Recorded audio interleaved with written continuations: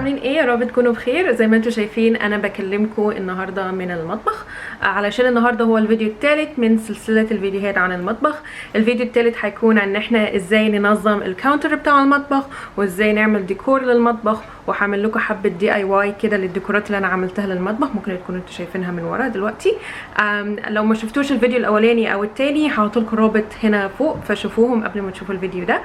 لو اول مره ليكم عندي في القناه، انا اسمي آلاء وبعمل فيديوهات كل يوم حد عن الديكور وعن اللايف ستايل وعن الاورجنايزيشن. فلو حابين الموضوع، حابين التوبكس دي، اعملوا اشتراك واعملوا سبسكرايب للقناه ويلا نبدا.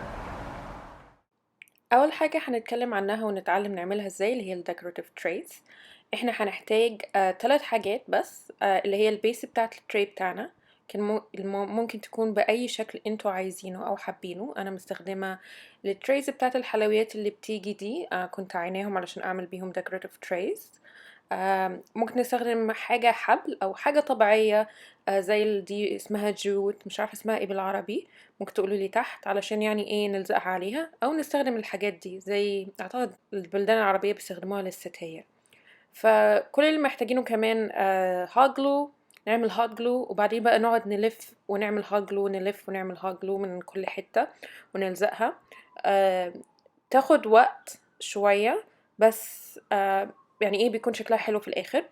انا بحب اعملها دائريه لان بحس ان الشكل الدائري حلو. وفي ناس يعني ايه انا احيانا بحب اعملها من على الجنب كمان علشان يعني ايه لما من كل حته يكون شكلها حلو. دي انا بس عاملاها بس من فوق مش من على الجناب لاني مش عايزه تكون حلوه من على الجناب. فدي اول طريقه للديكوراتيف تريز، بيبقى حلوه وجميله. تاني حاجة هنعملها سوا اللي هي الجاردن ان فريم او الحديقة في برواز صورة، اللي هي عاملة زي دي كده، دي انا عملتها برضو. هنحتاج 3 حاجات، هنحتاج برواز، هنحتاج حاجة خضراء، وهنحتاج هوت جلو. انا مستخدمة هوريكم بروازين. تقريبا البراويز اللي انا بحب استخدمها او الكادر بتاع الصور اللي انا بحب استخدمهم للحاجات دي يكون عريض شوية، شكله كده كأنه بوكسي شوية، علشان كل الموضوع ان احنا هنلزق الحاجات الخضرا دي من جواه، فمش عايزينها تطلع قوي، فعايزين حاجة تكون طالعة شوية، يعني ايه البرواز نفسه يكون عريض علشان لو يعني الحاجات الخضرا النباتات لما تطلع مش يعني يدوبك تكون بنفس المستوى البرواز. الحاجات الخضرا دي ممكن تجيبوها من الجاردن سكشن، دي فيك.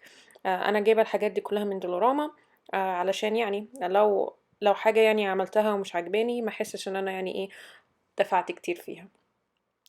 دلوقتي بقى هقيس الحاجة الخضراء، النبات الأخضر على قد البرواز وأقصه.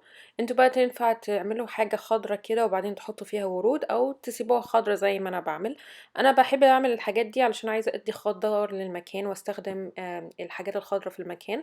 قلتلكوا في الديكور تيبس، الفيديو بتاع الديكور تيبس بتاعي، انكم لو عايزين تدوا حياة للمكان وتعملوه كوزي شوية، تجيبوا فيه نباتات، وممكن تجيبوا فيه نباتات حية أو حاجة فيك. فأنا باحب أعمل الحاجة دي علشان باعمل يعني البرواز ده علشان يعني أدّي المكان فيه خضار شوية، فيه خضرة، بس يعني إيه مش قادرة أحط فيه نباتات طبيعية.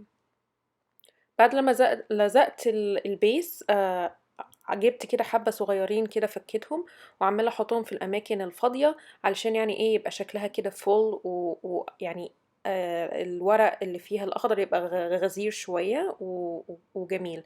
وهو ده بس اللي كده اللي أنا عملته، حاجة سهلة وبسيطة وبيكون شكلها حلو على الحيطة، ممكن تعلقوها على الحيطة أو تحطوها في أي مكان تاني.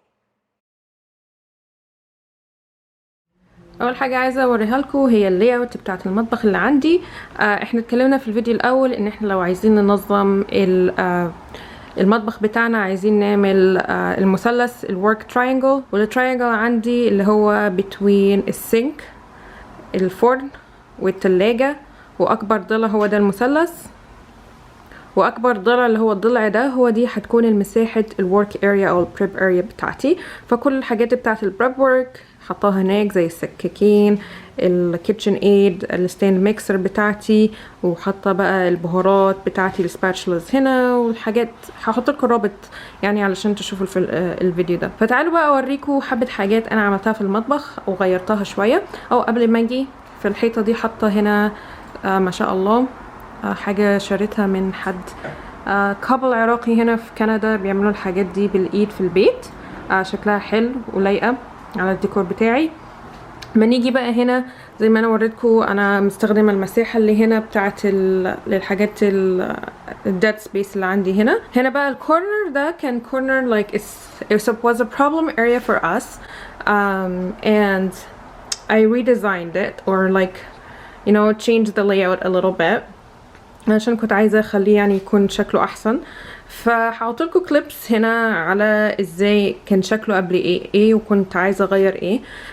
فانا قبل حاجه عشان غيرتها شلت كل حاجه، ودلوقتي بقى هو الشكل بالشكل ده. الرايس انا حاطه الرايس هنا علشان القطه بتاعتي سيمبا وقعوا. حاطه السموذي، البريكفاست بتاعت التوستر، عندي الحاجات اللي احنا بنستخدمها للحاجات السخنة، او my husband is using it for smoothies. طبعا حاطة بتاعت عشان it's a coffee, I have coffee here. حاطة الحاجات بتاعت friends, if you know there are friends. حاطة دي, oh my gosh, I love this so much. This is like brings me so much joy. I have my teas in here, and I have here my coffee maker, all of my coffee, my oil and my balsamic vinegar. حاطة دي عملتها هنا. I use it here. بعدين ده وريت لكم عملته ازاي، عملته هنا. and I'm using some green in here علشان يعني يديني حاجة خضرة في المكان. I have my cutting boards are here and everything for my prep work are here. And then I have here like the vitamins, fruit bowl. بعد كده هنا الحاجات بتاعت الغسيل. and I tip for you guys, ممكن تحطوا منديل تحته علشان الحاجات. حاجة برضو كنت عايزة اوريها لكم، انه السناكس بتاعتنا كلها حطها في باسكت كده علشان يبقى سهلة ومجمعاها. وهو ده اللي انا بحطه على الكاونتر بتاع المطبخ عندي. الكاونتر عندي مش كبير، المطبخ مش كبير، وما عنديش مساحة يعني كبيرة ان انا اخزن فيها، فبحط الحاجات كلها اللي انا بحتاجها كل يوم فوق. وهو ده الفيديو النهارده. لو عجبكم الفيديو اعملوا لايك، اعملوا اشتراك في القناه، واعملوا لي كومنت تحت في الحاجات اللي انتوا عايزين تشوفوها في المستقبل. لو ما اشتركتوش اشتركوا، واشوفكم في الفيديو اللي جاي. مع السلامه.